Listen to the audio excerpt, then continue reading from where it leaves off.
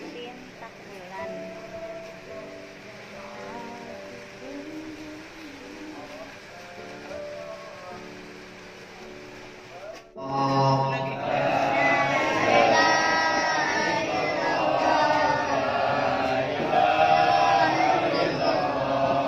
La ilaha illallah, la ilaha illallah.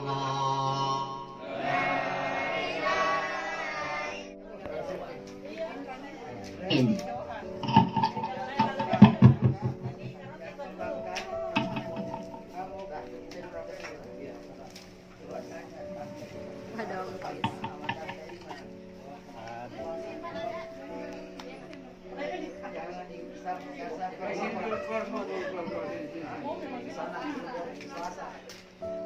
Kepada ibunda tercinta Mama Haji Ediati di Manggarai Putih, kita doa bersama.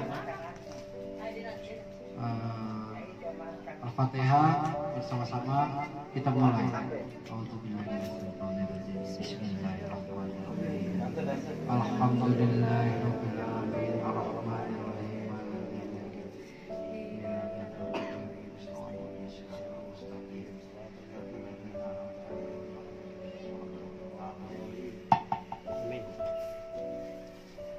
Jadi kami atas kehadiran mungkin orang-orang terbaik dari Mama Cinta, perjalanannya panjang sekali ya, sejak sakit, sehat, krisisnya sangat cepat, 1 jam tiba-tiba. Jadi kita tidak beritahu waktu itu ada krisis karena memang pendek sekali jangka waktunya ya. Jadi nanti Bapak juga mungkin bisa menyampaikan ini. Intinya kami sangat berterima kasih. Mama alhamdulillah pas puasa Lebaran menyiapkan semuanya itu tiap hari kita buka puasa bersama anak-anak. Beli karena kalau dia beli ada yang kurang-kurang pasti dia nggak cocok gitu. Jadi ya banyak sekali nilai-nilai yang kita belajar. Mama sangat energik. Kalau ada maunya harus jadi. Tidak mau beritahu orang kalau dia sakit. Kemudian anak nomor 1, ya kan? Pokoknya berjuang apapun lah. Jadi insya Allah inspirasi energinya. Kemudian bagaimana kita menjalin silaturahmi, karena selalu ada mungkin karena sesuatu yang mungkin tidak cocok, tapi berusaha gimana caranya kita selalu ada silaturahmi. Mama selalu bilang cari adikmu, cari saudaramu, selalu bilang begitu, ya kan? Selalu begitu, cari saudaramu, cari. Nah jadi mungkin itu pengantar. Intinya ada kekuatan dari Allah Subhanahu Wa Taala. Kok kita dengan segala keterbatasan sekarang bisa ada di sini. Kemarin Mama lihat Tante Snawati sakit, tapi alhamdulillah hari ini sehat sekali. Hadir di sini. Ya. Ya, jadi kemudian yang lain-lain juga mungkin ada tidak sehat, tapi tiba-tiba alhamdulillah hadir di sini. Ya kan? Jadi mudah-mudahan amal ibadah, keikhlasan dari saudara-saudara, om, tante, ya, itu bisa betul-betul dibalas oleh Allah Subhanahu Wa Taala. Amin. Nanti saya juga mau cerita sedikit sambil menunggu ini. Mungkin silakan Bapak. Ya inilah. Saya udah bilang Bapak, nggak boleh sendiri, nggak boleh melamun, ya kan? Karena kadang keluar sini melihat Mama lagi sholat. Tiba-tiba tadi malam bangun jam 3 bangunin Mama sholat. Refleks, gitu kan. Nah, jadi mohon Bapak juga tolong sering-sering dihubungi, dikasih semacam semangat bahwa masih banyak saudara-saudaranya. Mama sudah dapat tempat yang terbaik insya Allah. Amin. Mudah-mudahan husnul khotimah. Amin. Oke, silakan Bapak menyampaikan. warahmatullahi wabarakatuh. Waalaikumsalam. Terlebih dahulu saya ucapkan terima kasih atas kesediaannya datang untuk rencana menjenguk kuburannya mungkin di tempat yang cukup jauh dari Makassar. Jadi di Makassar dia kira-kira sakit yang dia kelahkan, yang dia apa namanya itu, bahwa penyakitnya adalah kanker payudara. Menurut dia, tetapi dia yakin bahwa ini bukanlah kanker payudara. Akhirnya dia tidak mau secara medis. Saya bilang secara medis pun itu kita tidak ada beban karena di cover oleh asuransi ya tempat kita bekerja, tidak pakai limit rupiah. Tapi dia bertahan bahwa saya tidak mau ke medis karena ini bukan kanker payudara, penyakit lain katanya. Nah, pada saat itu kira-kira sebulan Saiful ini tiap hari hubungi mamanya, komunikasi, akhirnya dia datang. Itu udah sebulan dia ini. Mama di Makassar, Saiful ini betul-betul merawat ibunya lebih dari cukup. Tetapi di mana kalau keluarga datang dikumpulin, artinya pernah dikumpulin ada lebih 10 orang mungkin, dibawa ke hotel supaya semangat ibunya ini gimana mereka kumpul bersaudara. Artinya selalu diberi semangat oleh ibu gimana mamanya ini selalu ceria. Nah, kira-kira masuk bulan kedua, ibu bilang kita bawa ke Jakarta aja Pak, karena kebetulan ada rekannya ibu dari Malaysia, seorang syekh yang bisa memberi semangat. Artinya apa-apa dalam pengalaman dia bisa diberikan ke mama. Jadi mamanya ibu dibawa ke Jakarta. Itu jadi masuk bulan ketiga. Nah, di Jakarta ini selalu diberi semangat oleh ibu di mana untuk lebih memperlancar dia punya pengobatan istilahnya. Ibu sewakan apartemen di Tangerang karena di Tangerang itu adalah dekat rumah daripada Syekh tersebut. Jadi hampir tiap hari itu sekitar 15 sampai 20 orang anak-anak yatim dikasih makan setiap pada waktu itu setiap habis tarawih karena bulan puasa pada waktu itu.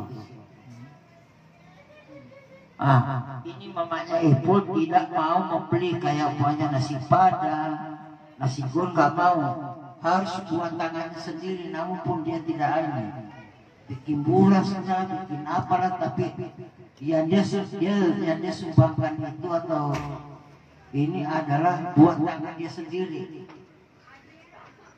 Nah, kebetulan dibantu oleh seorang, artinya yang bisa jadi asisten, yang dikasih oleh mamanya email. Anak itu mulai datang mamanya ibu sampai meninggal dia mengabdi. Artinya dia berdua mengurus, melayani orang 15 gitu. Padahal kalau dipikir ibu saya bilang kenapa sih nggak beli aja nasi padang bungkusan kan tidak repot. Tapi dia nggak mau, harus dari tangannya dia masak ayam goreng lah apalah. Jadi itulah ceritanya selama dia berobat istilahnya di Tangerang, dia kasih makan anak yatim sampai 12 orang sampai akhir hayatnya. Hari ini Jumat, Mas datang itu, anak-anak itu habis dia sholat isya jam 9 malam itu dia drop.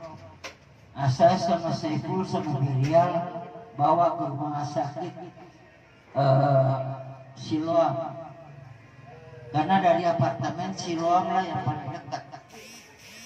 Nah, kita bawa ke sana. Jadi pada waktu malamnya itu dia mau sholat isya, saya bilang itu Natna nggak usah ambil air wudhu di kamar mandi, ambil anu aja, apa namanya, tayamun aja.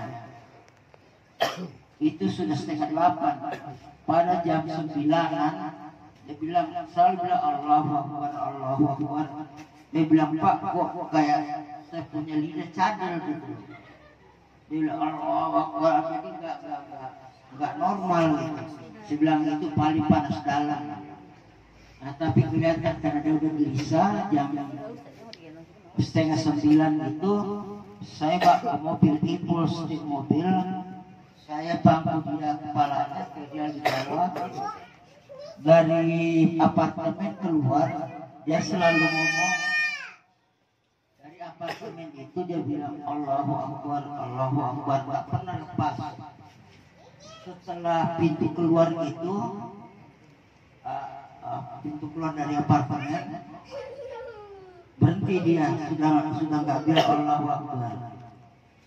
Terus dia punya tangan pegang tangan saya, bilang Pak 2 kali begitu, udah hilang. Terus keluar air matanya terus sampai rumah sakit. Jadi air mata ini keluar tapi udah nggak ngomong. Tapi sudah memang bahwa ini sudah nggak ada. Nah, jadi sampai di UGD Siloam dikasih napas batu udah nggak bisa. Ya, inilah perjalanan sampai dia meninggal. Lebih dari cukup anak-anaknya, terutama Saiful, selama di Jakarta, di Makassar, selalu Saiful ini mendampingi ibunya, nggak pernah lepas. Waktu sehat itu pernah dia bilang, kalau kita beli rumah di Jakarta, saya tidak mau jauh dari Saiful, padahal anaknya 4. Artinya ada firasat, saya nggak mau jauh-jauh Pak dari Saiful, beli rumah aja, apakah di kota wisata yang penting dekat Kepul, ya udah sehat aja lu. Tapi selama dia di sini sehat terus, sampai kami diundang oleh mamanya ibu suatu saat ke villanya, dia masih ceria ya Bu, masih ceria di villa. Sampai pulang dikasih daun ini, sampai itu besoknya dibikin buras lagi Bu. Berdua Ratna bikin buras untuk tamu besok, bikin buras untuk Makassar karena ada tamu lagi besok, anak yatim itu. Jadi buras apa namanya, daun pisang dari sana begitu. Artinya dia itu tidak mau ngerepotin, maksudnya belian jadi tapi repot juga. Nah, pada waktu itu dia bikin soto Makassar besoknya Bu, emang dia baringan sudah hari Kamis, tapi Kamis belakang. Jadi Perial ini sama Ratna dikit-dikit bawa ke kamar itu ini diapain Mak? Bikin di belakang dapur. Ratna ini Bu diapain? Dia bilangnya nenek kan, Nek ini diapain? Kasih begini gitu. Jadi Mama yang ngarahkan, Perial sama Ratna yang bikin soto Makassar itu. Ya, itu salah satu contoh bagaimana dia sudah tidak kuat pada waktu itu, dia masih melakukan kewajiban yang dia suka. Tapi alhamdulillah Bu, itu selama ditangkap ya dia cukup ini sehat, segar. Dimana itu foto-fotonya kelihatan bahwa sehat, segar, dan dia rajin ngirim foto ke keluarganya. Warahmatullahi wabarakatuh. Waalaikumsalam. Saya ingin bercerita sedikit pertemuan terakhir dan kenangan terakhir dan saya alami dengan kakak saya yang tercinta ini, Aja Diati Mustamil binti Aja di Mekah itu. Saya bercerita sedikit saat terakhir, bukan saat terakhir, saat terakhir saya bertemu almarhumah di Makassar, di mana saya kurang lebih 10 hari mungkin di kamus. Saya di Bumi Permata Hijau, saya pindah dari hotel, dipanggil, "Dek, kamu tinggal di rumah saja, jangan di hotel." Ya, Kak. Di situ saya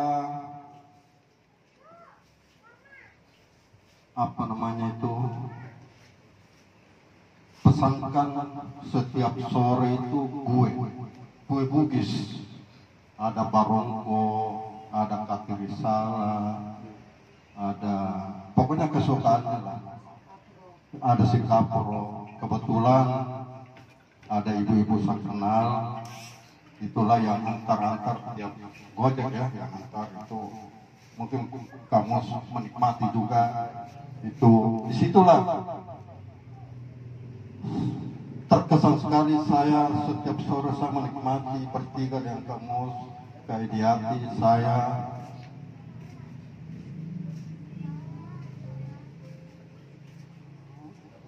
Saat saya pulang ke Bau-Bau, masuk bulan puasa, dia telepon saya, "Dek, di mana itu alamatnya itu yang bikin kue, nomor teleponnya?"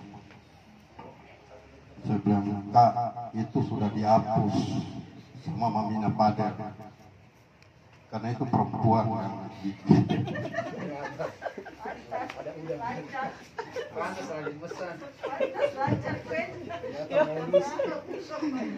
Jadi semua hilang.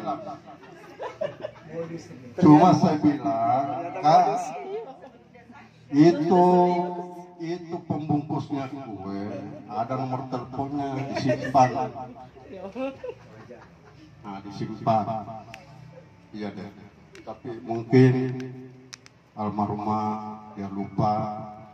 Saya pulang ke Bau-Bau, masuk bulan puasa, "Dek, tolong kirimkan teleponnya itu, temanmu itu." Ya, saya sterilkan kalau pulang di rumah, begitu. Itulah kenangan terakhir saya, dan saya sangat menyesal di mana saat Ipul ada di Makassar, semua saudara-saudaranya datang, sepupunya, cuma saya mungkin adiknya yang tidak sempat datang. Disitulah saya sangat menyesal bahwa kenapa kakak saya tidak sempat datang melihat. Nah, saya lah yang paling mungkin saudaranya paling dekat sama almarhum. Dimana kadang saya di Makassar itu saya bawa pergi, ada namanya Kafe Kantor Jawa. Di situ saya hibur, suruh menyanyi. Mungkin ada Ida juga sempat biasa datang sama-sama.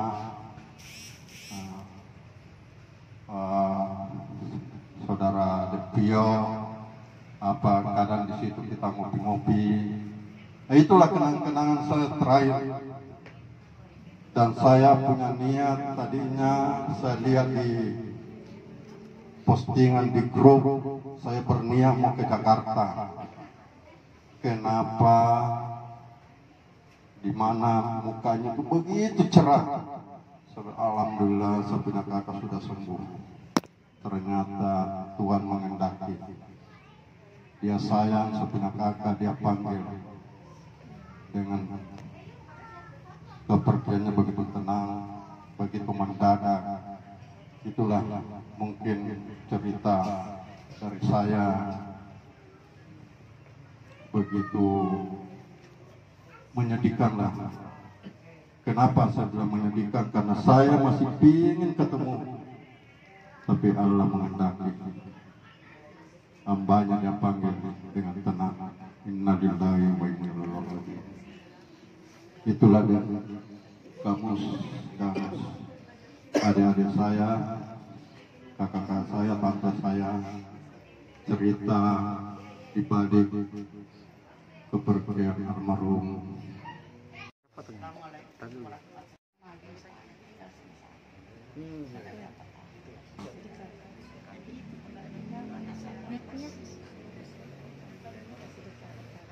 Terakhir bulan berapa ya saya jenguk di Makassar ya, ada sama Satria. Memang waktu itu dia di kamar mandi saudara. Begitu selesai mandi dia keluar. Lagi di hati kakak. Dia kenapa kamu hilang nih cantik sampai setengah ini? Dia hilang nih cantik nak. Sabar. Dan kenapa nak kau sakit apa? Ceritakan. Sedekah. Ya dia ceritakan penyakitnya. Berobat lah, kan saya kasih saran pulang ke Jakarta nak, ke Darmais. Dan tidak tadi bukan penyakit itu, bukan penyakit itu. Berobat lah. Kalau bisa ke Jakarta berobat. Kenapa ada Jakarta? Ketemu. Dan waktu itu saya lebaran ke apa? Saya bilang aji dia tambah cantik kok nak. Itu siapa yang balas ya? Iya. Bilangnya terima kasih banyak nek. Seperti saya itu ceria dengan anaknya. Cantik wajahnya. Cantik sekali kok nak saya. Balas. Ya terima kasih nek. Situ terakhir saya. Mudah-mudahan hanya dia binti Haji Ci Edi Makan itu diberi tempat yang sesuai. Amin. Amin ya Allah. Ya, assalamualaikum. Waalaikumsalam. Bisa tambahkan, dia itu orangnya keras hati. Kenapa pernah saya dari Makassar,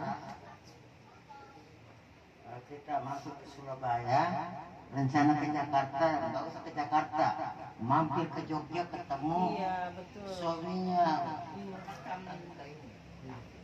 Saya nekat bahwa di Jogja dia dikuburkan, ya kan anak-anak Jogja semua di sini. Salah satu saya ada keputusan ke ibu bahwa anak-anaknya kan di sini.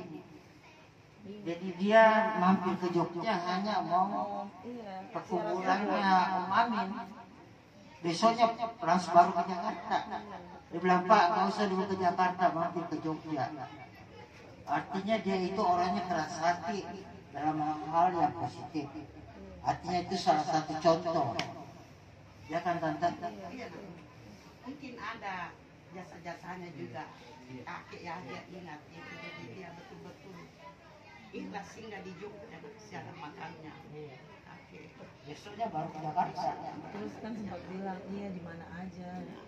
Karena dia bilang di mana aja Tante Ji, tidak usah kita pindah sekarang Jogja, Pindrang sama. Karena sepupu semua di sini. Ya kalau ada maunya beras.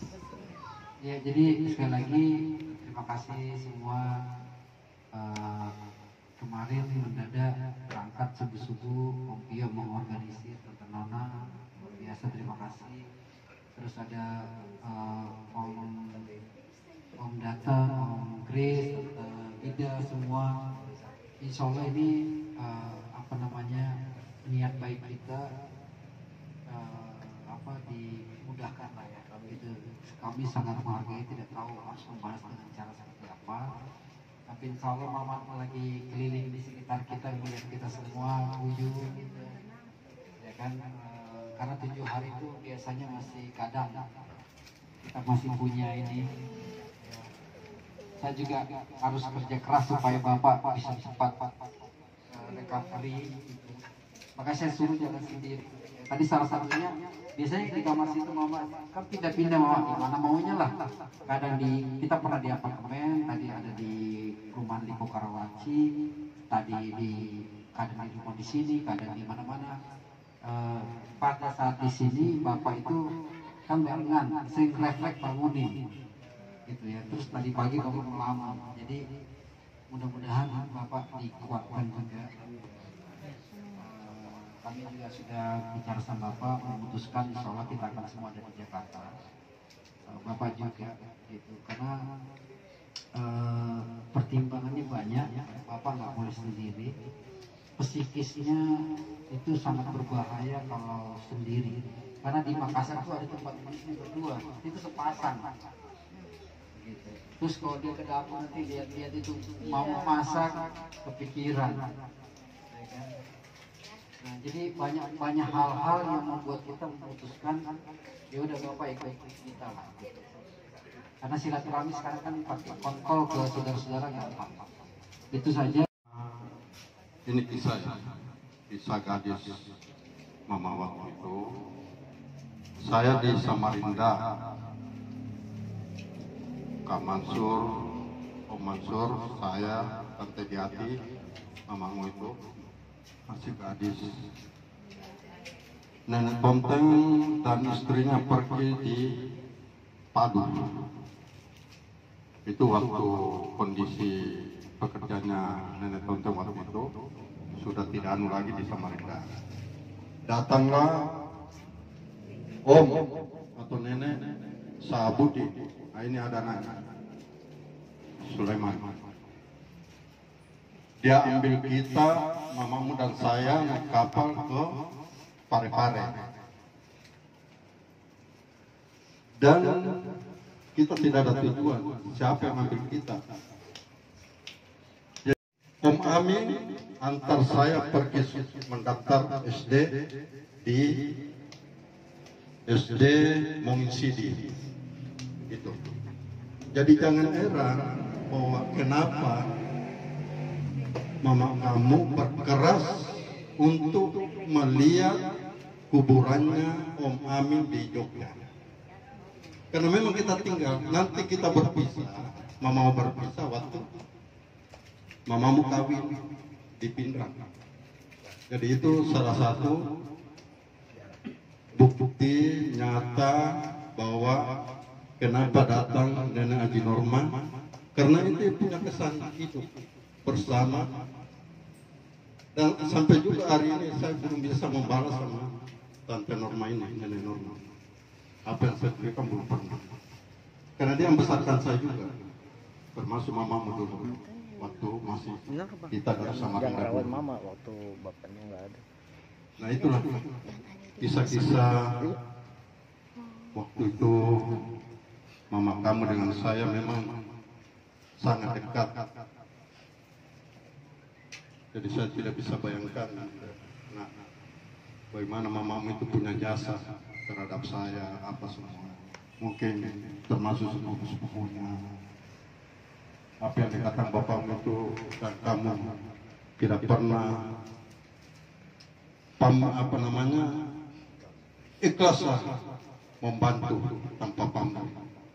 Dan saya lah bukti bahwa setiap saya di Makassar ternyata ini orang sakit, tapi dia harus saya sarapan baru saya harus keluar. Disitulah penyesalan saya, semua kakak saya ini ternyata orang sakit, tapi dia masih bisa sempat di dapur melayani adiknya, tamunya, apa semua. Itulah yang saya tidak bisa lupakan. Sekian. Assalamualaikum warahmatullahi wabarakatuh. Waalaikumsalam. Jadi Bapak itu bisa menikah sama Mama itu menurut saya perjalanannya sulit. Ya. Pendekatan berpisah 2-3 tahun ya Pak ya. Sama Mama tidak artinya hampir tidak jadi, kembali akhirnya menikah. Jadi ini dapatnya sulit, tapi terakhir Bapak Mama meninggal di pangkat Bapak dalam keadaan menangis. Saya bilang Pak, terima kasih sudah mengajarkan kita menjadi seorang pria sejati, gentleman. Kita responsibel dengan apa yang kita putuskan. Gitu. Jadi alhamdulillah saya lihat Bapak luar biasa. Mama selalu cerita dulu masih kecil dikejar-kejar orang dari Jakarta, nggak tahu di siapa, dan sama-sama main basket sama nenek ya kan. Jadi saya lihat perjalanannya, dan di tengah-tengah dalam perjalanan karena satu darah kayaknya ya, Bapak sama Mama saudara. Itu memang darahnya luar biasa, sama-sama kental, sama-sama keras. Tapi alhamdulillah sampai dengan berpisah itu masih menyatu, alhamdulillah. Jadi sekali lagi mama sangat ada di apa ya, ada di kekuatannya, ada di relation, hubungan, menjaga hubungan begitu.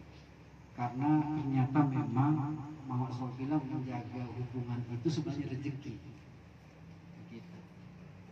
Jadi kalau kita sering bisa terapi, katanya itu sebenarnya ada sumber uang lagi ngalir ke kita begitu. Ya kan diajarkan Nabi kan memang silaturahmi itu jadi duit, ya kan. Kalau kita kan ada rezeki itu kan ketawatir. Nggak tahu Alpian ya. Alpian dulu sering tiba-tiba ndak ada, sekarang tiba-tiba ada. Leman.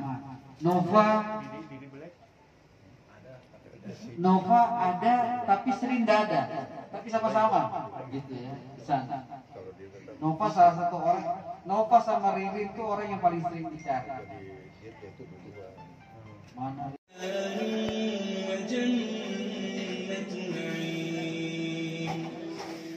Selama bapak sama kakak